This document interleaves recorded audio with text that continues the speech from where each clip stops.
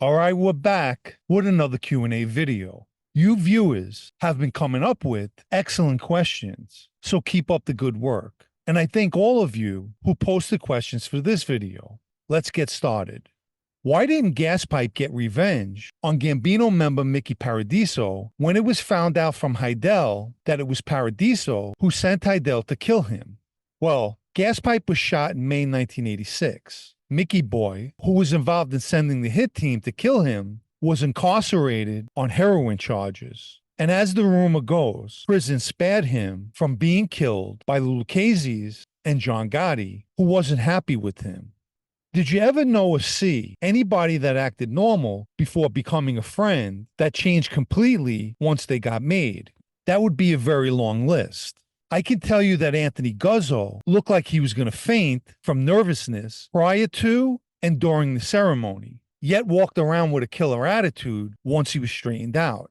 A lot of guys get cockier, but Anthony was like a deer, and then after the ceremony, he strutted around like a Rottweiler. In a previous video, you mentioned bookies not getting paid by made men. How is this handled? What if the bookie is connected? What happens if he's not? Yes, this was very common, and many beefs were over this very issue. It's simple. If the bookie was with someone, they'll sit down, and the member will either say something to the effect that the bookie's lying or that he paid him, whatever. They can't call him a liar. Or in most cases, it'll never go to a sit down, and the bookie's just beat out of his money. If the bookie's not with anyone, he's a victim as soon as the bet was made. If the member wins, he has to pay him. If he loses, the bookie's beat, plain and simple. But this is in isolated cases. Most people pay. Is shelving members a modern punishment, or has it always been a feature of that life? The option to shelf a member has been around for decades. However, they preferred killing members who violated the rules years ago, rather than shelf them. Presently, they do the opposite. Here's a correlating question. It seems that John Gotti Jr. has been shelved and allowed to live his life outside the mob. Have you heard of other people who were able to leave the life in the same way? No, I've never heard of this, but knew of a few guys who were shelved and then left alone to live their lives. But none of them ever profited with the government and gave up crimes. So my answer is no, it's much different. A lot of Mafia shows and movies, we see people kicking up envelopes full of money, up the chain of command, to the capos, and then up to the boss. What are some details that most people get wrong or right about this, and how accurate compared to movies and TV shows? Money is frequently kicked up, but unlike the movie and TV shows you mentioned, the mob wishes those envelopes were filled with cash. But depending on what's involved, an envelope could be on the thicker side. When there's a large amount of envelopes being kicked up is at Christmas time. Are Joker Poker type gambling machines a big racket still for New York area Mafia families? I don't know if it's considered a big racket compared to years ago, but some families still own machines. Most of the time, it's not really worth the pinch. Did you ever meet Gambino associate Frank Mancini? If so, do you know if he's related to the Carrazzos? I never met him, but I see he has several arrests with Nicky Carrazzo, and he was also living in a house in Queens owned by the Carrazzos, so either he's very close to them or possibly related. I know Vincent Gigante didn't want his sons Andrew or Vincent Esposito to follow in his footsteps and get involved with that life. Both became inducted members of the Genovese family after his father's death. Do you know of any other instances where this was the case? Yes, it's public knowledge that Chin was against his sons being involved in that life, and rightfully so. And after his death, both were straightened out. And from what I was told, this was done to protect them. I have heard of similar situations, but I'm not going to discuss it because the people involved are never mentioned, and to do so would put their names out there. Here's a question outside of YouTube. You mentioned that Ralph Lento is no longer a Lucchese associate. Did the old Brooklyn crew know it was him who told Maddie about the money, thus outing them?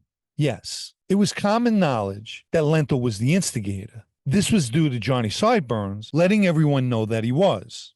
And as I mentioned, anytime I heard Lento's name, it was always in a negative way. If you haven't liked this video yet, please take the time now and give it a like, as it helps with YouTube's algorithm. Anyone who'd like to show their appreciation for videos like this, or more importantly, help me to continue making them, you can donate with the Super Thanks icon down below or through the PayPal Cash App links in the video's description.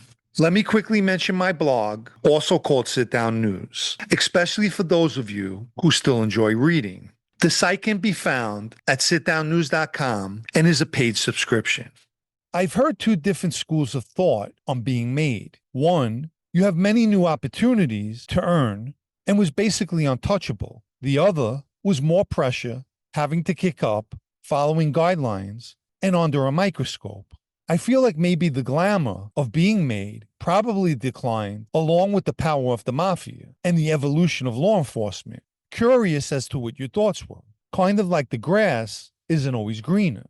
There's many ways to look at being a member. In the street, not only was it considered the highest honor, but you belong to an elite organization. But let's not forget, the streets also belong to the rich and the powerful, who view the mob as beneath them. Wealthy, smart people keep their distance and run in circles devoid of wise guys. Can being a member open doors for you to earn? Absolutely. But there are far less of those doors as there was years ago. These guys are all chasing the same gambling nickels, as you can see by the recent gambling cases. They're not only running gambling spots, but cheating the players as well. How do you think that's going to pan out for them going forward? Gamblers will take their chances in legit casinos. I can't speak about what it was like to be a member during the 50s, 60s, 70s, and 80s, prime years for the mob. But during my time, as I was warned about prior to my induction, things changed drastically. Someone once told me, do you want to give yourself a boss over your own life? And that's essentially what it was. The best way I can describe the new mob is as follows. Do as we say, not as we do. These rules are for you, but not for all of us. Look, at the end of the day, the mob didn't put a gun to my head and force me to become a member. They invited me. That was all my mistake, because within the first few weeks, I seen how much of a backstabbing, treacherous life it truly was. I'll end with this. I know there's a lot of younger guys who are fascinated by that life in the mob. My advice to you is, just as you're fascinated by football players in a stadium, do it from the sidelines only, because that field is nothing you want.